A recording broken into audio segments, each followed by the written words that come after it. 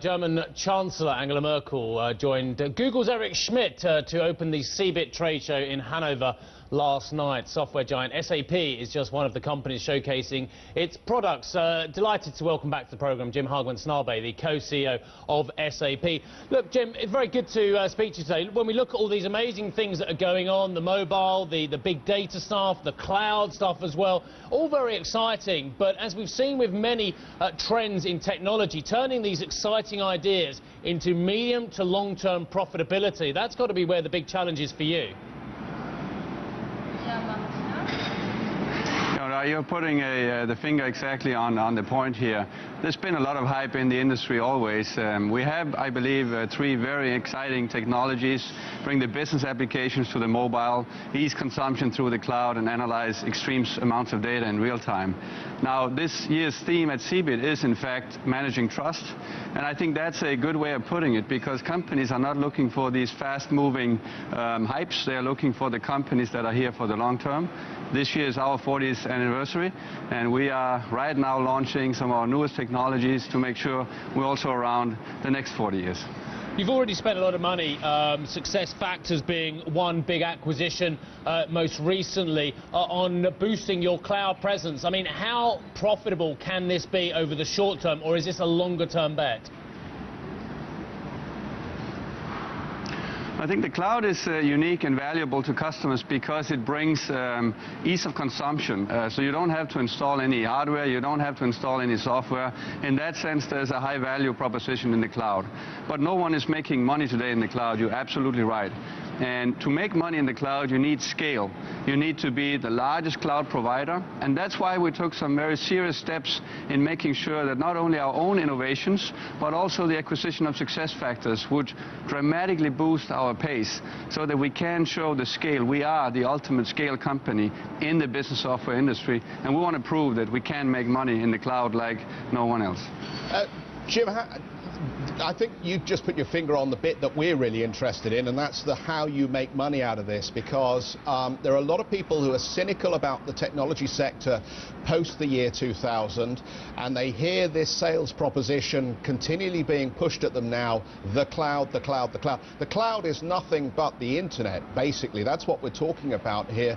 Is there a risk that you get consumer backlash where businesses just do not want to upgrade because they are suspicious that they're being sold something that really isn't very much different from what they're doing currently?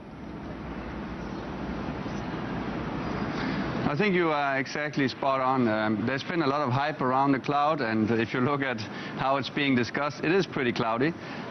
We think that the cloud offers this opportunity to consume advanced software in simple ways. But most companies made exactly that mistake. They took their current solutions, put it in the cloud, and argued they have a cloud solution. We think that's wrong. You'll never make money that way, because you need a much cheaper platform to be able to make money in the cloud. That's why we spent 4 years to get our business by design done. And if you look at SuccessFactors, they are the most successful cloud company. 15 million users today. They have 75% growth rates. So if you have the lowest cost base in the cloud, solutions designed for the cloud, and you get scale, then you can make money. And that's what we intend to do. Jim, I was just at the Mobile World Congress looking at a whole bunch of new devices. We've heard for quite a while now that many businesses are slowly using more tablets and more smartphones. How much momentum is there in this, and just what difference are we going to see in the workplace, say, in 12 months' time because of these new devices? Yeah, we estimate that there's already today 1 billion smart devices out there, most in hands of people that work in companies. We see that growing rapidly to 1.8 billion end of this year, and that means there's a whole new opportunity of integrating the mobile workforce into the business applications and give them the power of making the decision in the front line of the business. And so we have a tremendous growth pattern. The challenge has been, how do you manage the zoo of devices? You saw that in Barcelona as well, all new devices always coming out. And therefore you need a mobile infrastructure that enables you to connect to your backend in a secure way and manage a host of different platforms and devices in real time.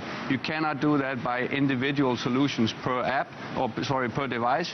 You need a generic platform. That's why we acquired Sybase, and we're seeing a tremendous take-up on that platform. Jim, just on the financials, last time we spoke to you, I think, back at the tail end of January, you said the outlook for margin probably would be flat vis-a-vis 2011 for 2012. Can we just get a quick update from you? You've got better visibility now going through the rest of the year.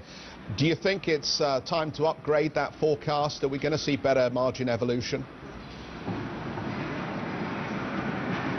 Now, what we've said is that we can expand the margin of SAP excluding success factors, but we shouldn't forget that we're acquiring a company that is not a profit-making company, and we're able to consume that. We now have the deal closed, so we have Lars Dalgaard and his team as exciting new team members at SAP, and we are still convinced that we can have a expansion of the margin in SAP that will compensate for the lack of profit in the cloud business today, and then move on to our commitment to a 30% margin business by 2015.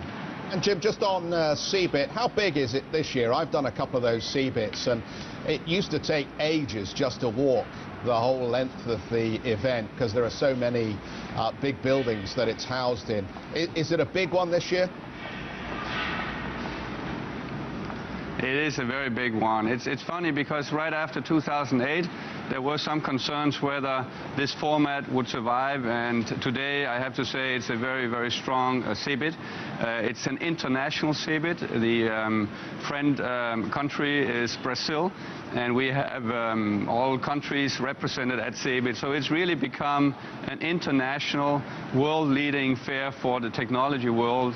It's one with a lot of optimism, and so in that sense, I'm sure there's lots of future in CeBIT as well. Jim, it's been a pleasure. Thanks very much for your time, sir. Jim Hagemann Snabe, the co-CEO of SAP, joining us from